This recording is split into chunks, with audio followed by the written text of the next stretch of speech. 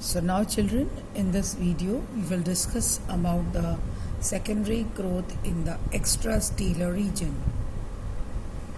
Children, I have drawn here,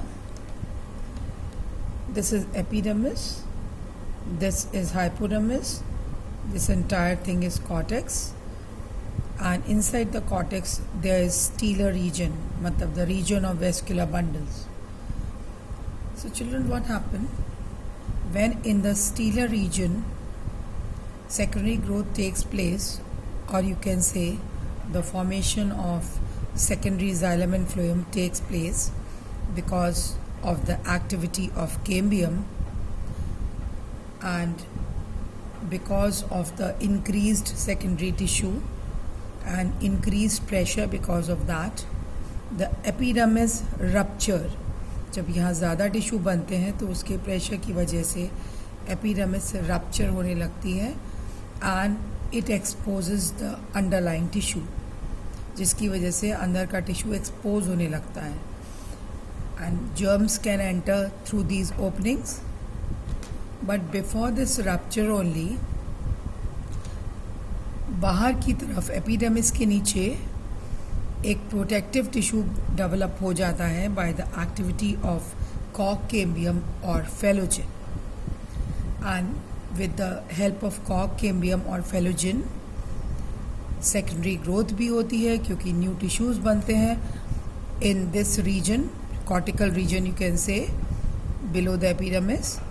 और क्योंकि ये रीजन स्टील के बाहर है, स्टीलर रीजन के, that is why this is called as extra stelar reason.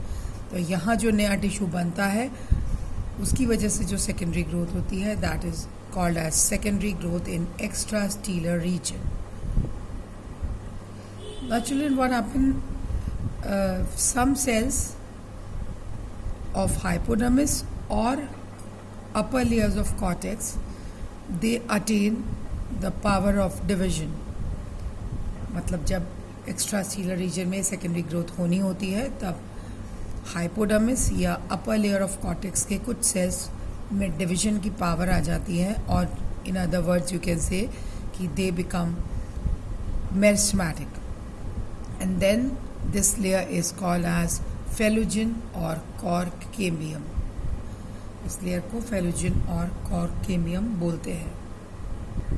So now children, when the cells of phloem or cork cambium, it will divide tangentially, तो ये new sales add up करती है either to the interior और to the exterior.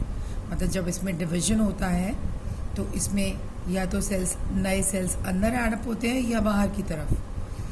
If the cells they are being added up to the interior, तो अगर अंदर की तरफ जो ऐड होते हैं दे विल फॉर्म फेलोडर्म और सेकेंडरी कॉर्टेक्स. मतलब जब अंदर की तरफ न्यू सेल्स बनते हैं उन्हें बोलते हैं फेलोडर्म या सेकेंडरी कॉर्टेक्स, और जो बाहर की तरफ बनते हैं उनको बोलते हैं फेलम और कॉर्क, फेलम और कॉर्क, लाइक दिस. तो I have drawn this thing here in detail. This is the phloem or the cork cambium, children, when it will form new cells toward the interior or exterior. तो अंदर वाले cells they are phloem or secondary cortex, और बाहर वाले cells they will form phloem or cork. Children, phloem or cork, the cells, new cells which are formed by cork cambium to the exterior, they appear rectangular and thick walled, and they are dead because they are filled with a waxy substance called as suberin, which is a waterproof substance. And because of the deposition of suberin in these cells become dead. तो ये एक waxy waterproof coating बना लेता है cork towards the exterior side of the stem below the epidermis, क्योंकि ये यहाँ develop होता है cork epidermis के नीचे. तो ये एक waterproof waxy covering बना देता है to protect the underlying tissues. और जो cells अंदर की तरफ बनते हैं by the cork cambium or phloem, they are simple parenchymatous thin walled cells, and they are called as phloem or secondary cortex. And because they are thin walled living cells, so sometimes they help in the photosynthesis process, or they help in the storage of food. So children, this is the sequence. सबसे बाहर होता है phellum और cork, उसके बाद होता है phellogen और cork cambium, और सबसे अंदर होता है phelloderm और secondary cortex. And all these three layers or three types of tissues together, they are called as periderm.